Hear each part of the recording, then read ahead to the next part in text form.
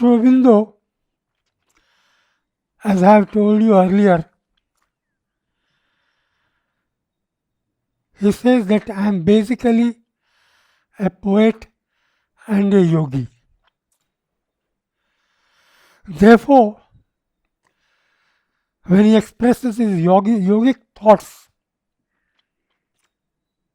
in a poetic form, he is absolutely in his elements. He started writing poems very early, even when he was there in Darjeeling. And here, I will be reciting 4 poems to start with. 4 short poems which are written in 1890 to 1900. Then subsequently, there is a group of poems which are written in 1895 to 1908. As a typical example, 1908, 1909, he was imprisoned in the Alipur jail. And all the young boys, revolutionary boys, they got together and said, we are forgetting our English. We have no. So Aurobindo wrote a poem for them, the poem Invitation. And you will see how, in being in the jail surrounding, how that poem goes.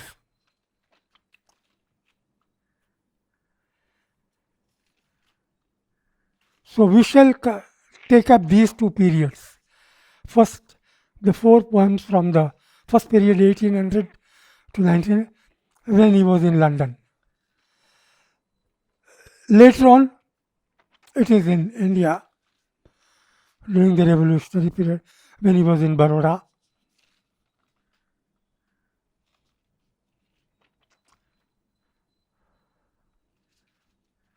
So here is a poem which he has titled as Estelle. It's a beautiful poem. Most probably it was a young girl, maybe some relation of Druidson, who was very beautiful, and Aurobindo had come into contact with her. So that girl's name was Estelle. So here how does it go? Why do thy lucid eyes survey, Estelle, their sisters in the Milky Way? The blue heavens cannot see thy beauty, nor the planets praise. Blindly they walk their old accustomed ways. Turn hither for felicity. My body's earth, thy vernal power declares. My spirit is a heaven of 1,000 stars, and all these lights are thine, and open doors on thee. Now there are very 3 short poems. One is titled Epigram. Do you know what's an epigram? Epigram by itself is it's a short phrase. Yeah.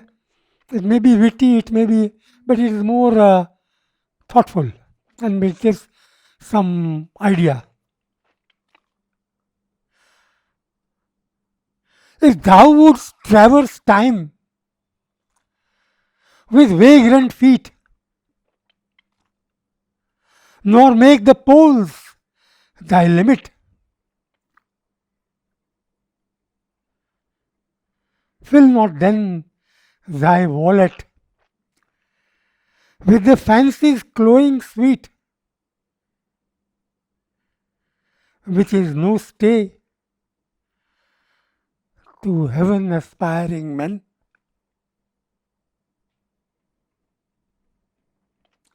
But follow wisdom, since alone the wise can walk through fire with unblinking eyes.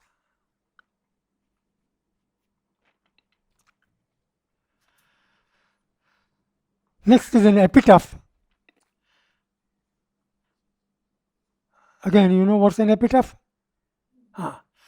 Epitaph is a small poem that the lover or those who are near and dear, they engrave it on the samadhi or on the tomb. Like we have on the samadhi. It can be called an epitaph, but it's not an epitaph really. It's something far greater than epitaph. But in general, an epitaph is that. So here is the lover who has written an epitaph on someone whom he loved, and she died. Molded of twilight and the vesper star, midnight in her with noon made quiet war. Molded twixt life and death, love came between. Then the night fell. Twilight faded. The star had been.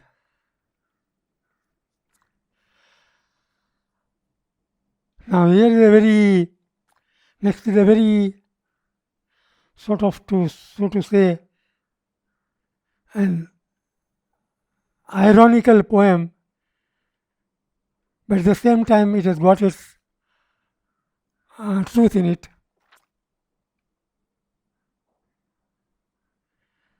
Everywhere we go, three things in life: love, wine, and song. These are the things which are right from the olden times. They're with us, and even probably today they are. So here Aurobindo sort of gives reference to that and then makes a doubt that maybe even today they are the most important things. A doubt. Many moons, the new years make us. But the old world's gifts were three: dove of Cyprus, wine of Bacchus, Pan's sweet pipe in Sicily. Love, wine, song, the core of living, sweetest, oldest, musicalist. If at the end of forward striving, these life's first proved also best, So next we are in short poems 1895 to 1908. And the first poem is this famous invitation which was written in Alipur jail for the young boys. Invitation. With wind and the weather beating round me, up to the hill and moorland I go.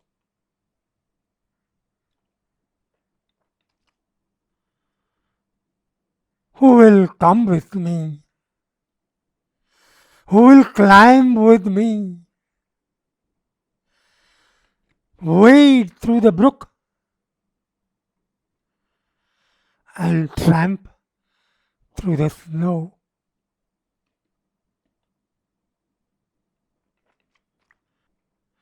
Not in the petty circles of cities,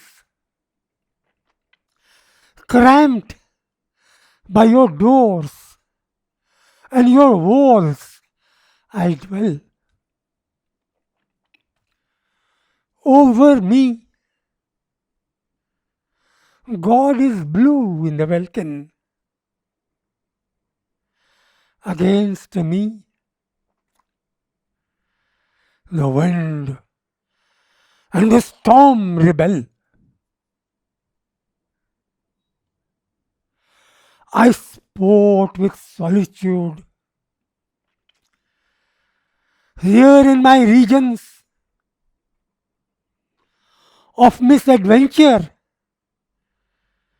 have made me a friend who would live largely, who would live freely. Here, to the wind swept uplands ascend. I am the Lord of tempest and mountain. I am the spirit of freedom and pride. Stark must he be a kinsman to danger, who shares my kingdom and walks at my side. Next is slightly longer poem. Most of us know this poem. Who? I remember Dr. Karan Singh reciting in the Hall of Harmony.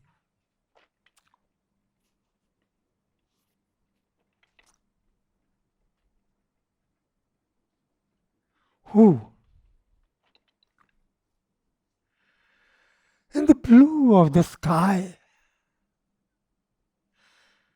in the green of the forests, whose is the hand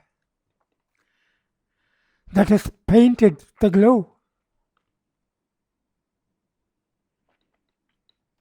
When the winds were asleep in the womb of the ether, who was it roused them and bade them to blow?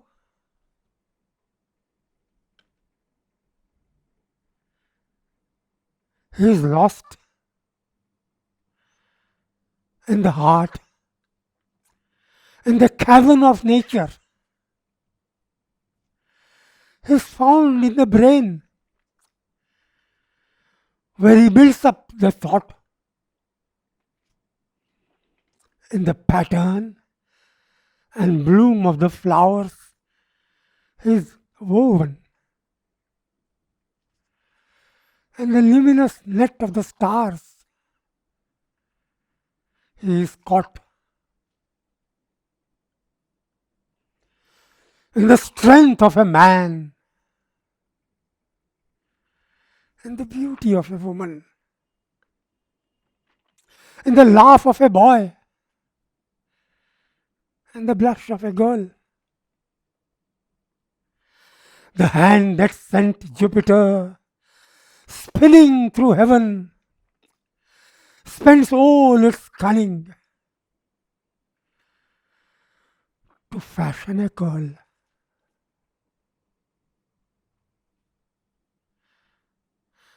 These are his works and his veils and his shadows. But where is he then? By what name is he known? Is he Brahma or Vishnu? A man or a woman? Bodied or bodiless? Twin or alone? We have love for a boy who is dark and resplendent. A woman who is lord of us, naked and fierce. We have seen him amuse on the snow of the mountains. We have watched him at work.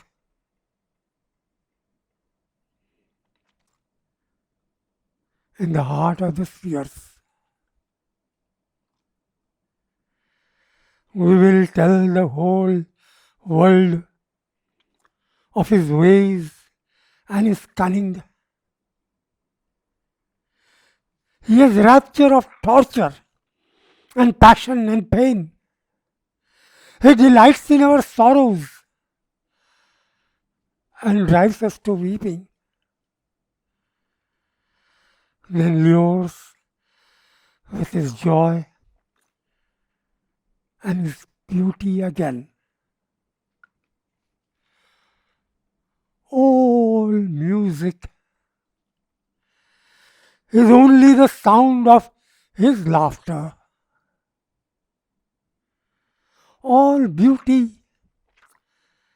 the smile of his passionate bliss. Our lives are his heartbeats. Our rapture, the bridal of Radha and Krishna. Our love is their kiss.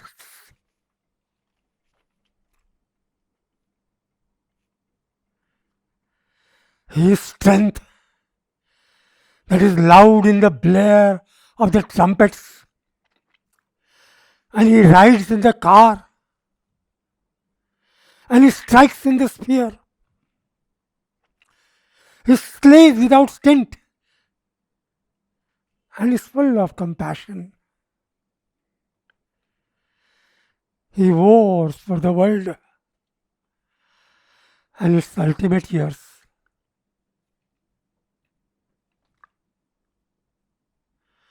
In the sweep of the worlds, in the surge of the ages, ineffable, mighty, majestic, and pure. Beyond the last pinnacle seized by the thinker, he is throned in his seats that forever endure. The master of man and his infinite lover is close to our heart. Had we vision to see,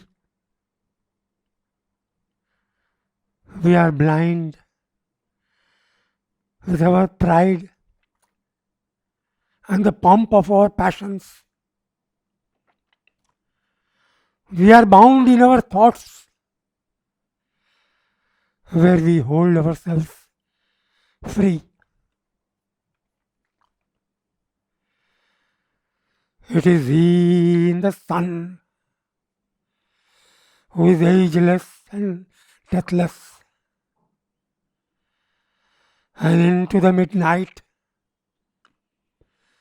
his shadow is thrown. When darkness was blind and engulfed within darkness, he was seated within it, immense and alone. Next is,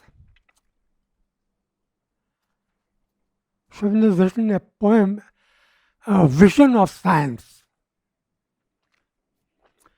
He has a dream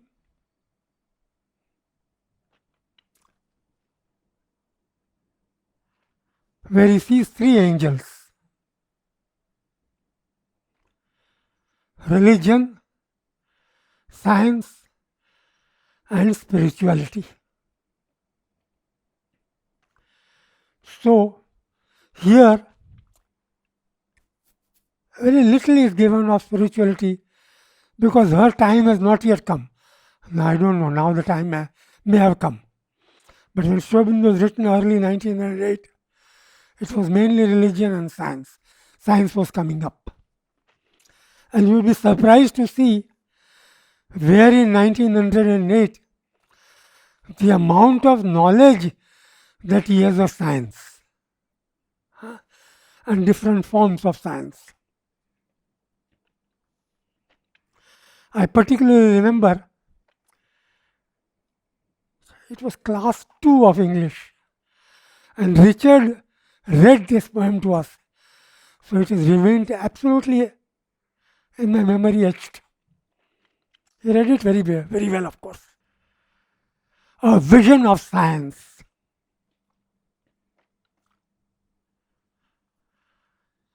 I dreamed that in myself the world I saw, wherein three angels strove for mastery. Law was one, clear vision and denial cold, yet in her limits strong, presumptuous, bold. The second with enthusiasm bright, flame in her heart, but round her brows the night.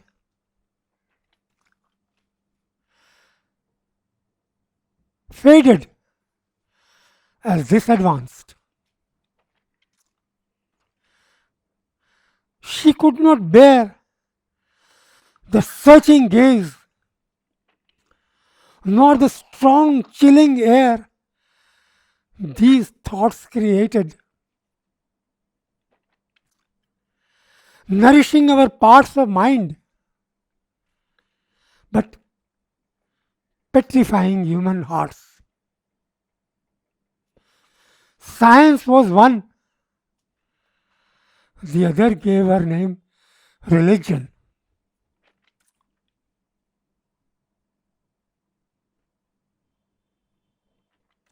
But a third behind them came, veiled, vague, remote,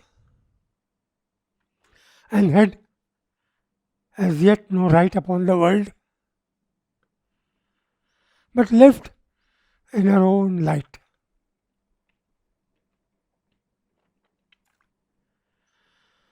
Wide were the victories of the angel proud, who conquered now, and in her praise were loud the nations. Few even yet to the other clove.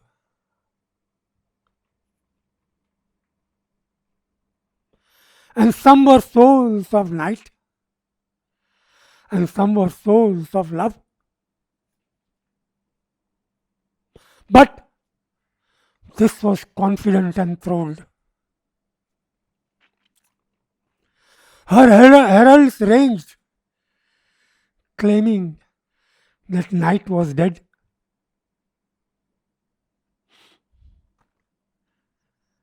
And all things changed. For all things opened. All seemed clear, seemed bright. Save the vast ranges that they left in night. However, the light they shed upon the earth was great indeed. A firm and mighty birth. A century's progress lived before my eyes.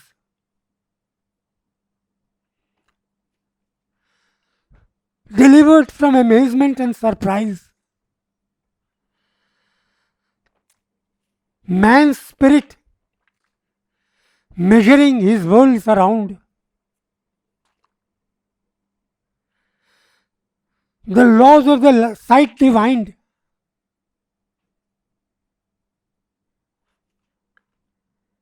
And the laws of sound. Light was not hidden from its searching gaze. No matter could deny her myriad maze to the cold inquiry. For the far came near, small loomed the large. Microscope. All right. The small loomed the large. The intricate grew clear. Measuring and probing, the strong angel strode. Dissolving and combining. What is it? Chemistry. Dissolving and combining. Till she trod firmly among the stars. Could weigh their forms. Could weigh their forms. Stars' forms.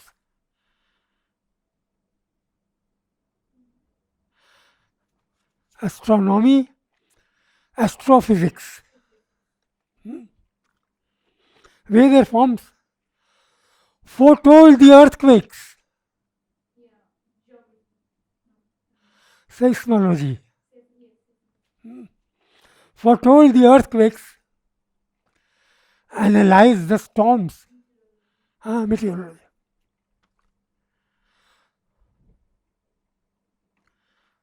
Doubt seemed to end, and wonder's reign was closed. The stony pages of the earth disclosed. Their unremembered secrets. Horses of steam were bitted.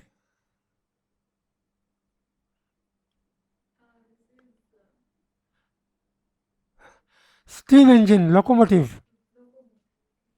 Steam engine. Now this is beginning, it tells all the discoveries of science. Now the inventions of the science. Horses of steam were bitted. And the lightnings made a team to draw our chariots. Electric train. Heaven was scaled at last. What is it? Heaven was scaled at last. Again, astronomy was scaled at last. And the loud seas subdued. So, oceanography. Distance resigned its strong obstructions to the mastering mind. Distance resigned its strong obstructions to the mastering mind. So moved that spirit trampling. What is this spirit? Science. Right hand and the left hand.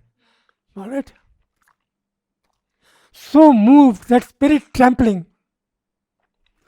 Then it laid its hand upon itself.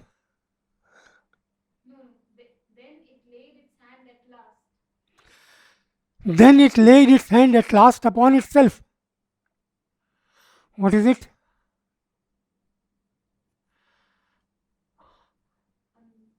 On the body. So, anatomy. Then it laid its hand at last upon itself. How this was made? Wondering and sought to class and sought to trace. Mind by its forms, the wearer by the dress. No, here it is mainly wearer by the dress. The soul is wearing all this,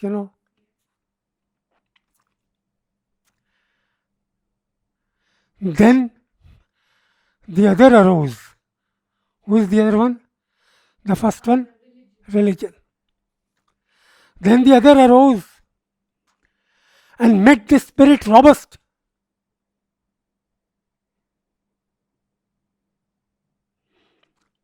Who labored. She now grew a shade who must fade wholly away. Yet to her fellow cried, I pass. Who is telling this? No, religion. I pass, I am going. For thou hast labored well and wide. It's the vision of science, you understand? So, I pass, for thou hast labored well and wide. Thou thinkest term and end for thee are not. You think you are the everything, all in all. But though thy pride is great, thou hast forgot the Sphinx that waits for man besides the way. What is the Sphinx? You don't know? Now, Sphinx is a legendary animal from the Greek legend. It's a woman's body with a lion's head. And whoever passes from near on her way, she used to ask a question. And those who couldn't answer the question, she used to kill them and eat. So she says, you have forgotten, thou hast forgot the Sphinx. Okay, for you also there is a problem that waits for man beside the way. You want to capture man, but for you also there is a Sphinx in between. All questions thou mayest answer.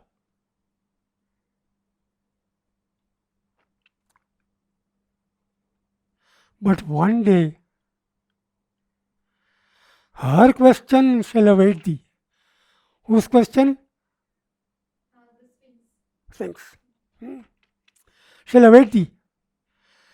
That reply has all we must. For they who cannot die, she slays them. Slays whom? The angel of science, who cannot answer the question. All human beings she slays. She slays them, and their mangled bodies lie upon the highways of eternity. Therefore, if thou wouldst live, Know first this thing. Who art thou in this dungeon laboring? So, who art thou in this dungeon laboring? It is the soul. So, first you must know that. Obviously, science cannot know. Dungeon laboring. And science confidently. Nothing am I but earth.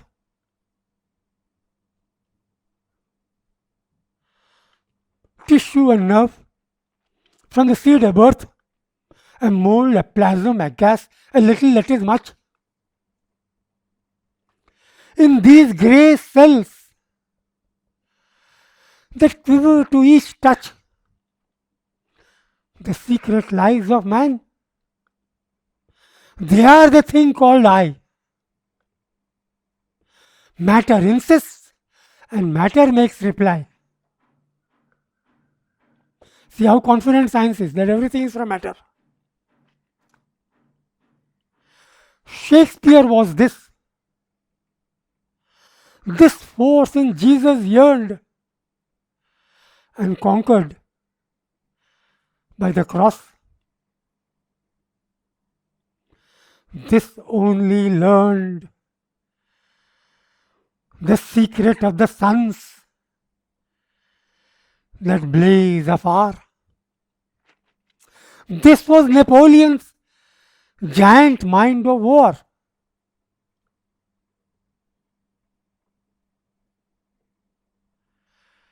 I heard and marveled within myself to see the infinite deny infinity. So, who is telling this now? I heard. Who has heard?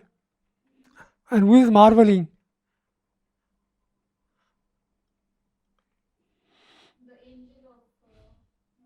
Now it is the poet who is telling this. Aurobindo is telling this. I heard all this debate, you see, and marveled within myself. Within or in myself?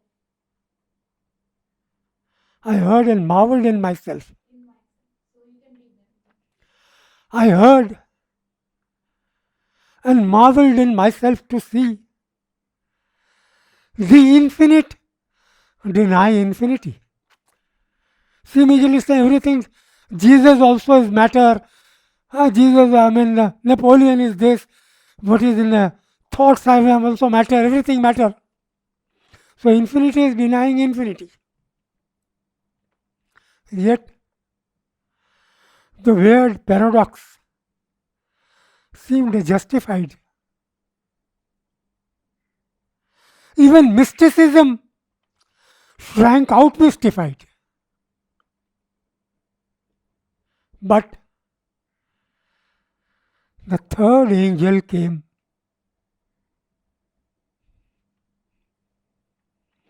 But the third angel came and touched my eyes. I saw the mornings of the future rise. I heard the voices of an age unborn that comes behind us and our pallid morn. And from the heart of an approaching light, one said to man, know thyself infinite. Who shall do mightier miracles than these? Infinite, moving mid infinities.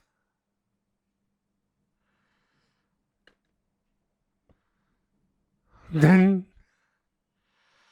from our hills the ancient answer pealed.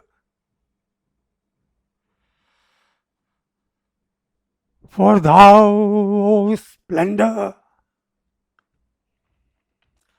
art myself concealed, and the grey cell contains me not.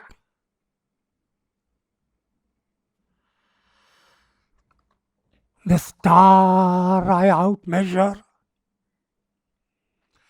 and am older than the elements are. Whether on earth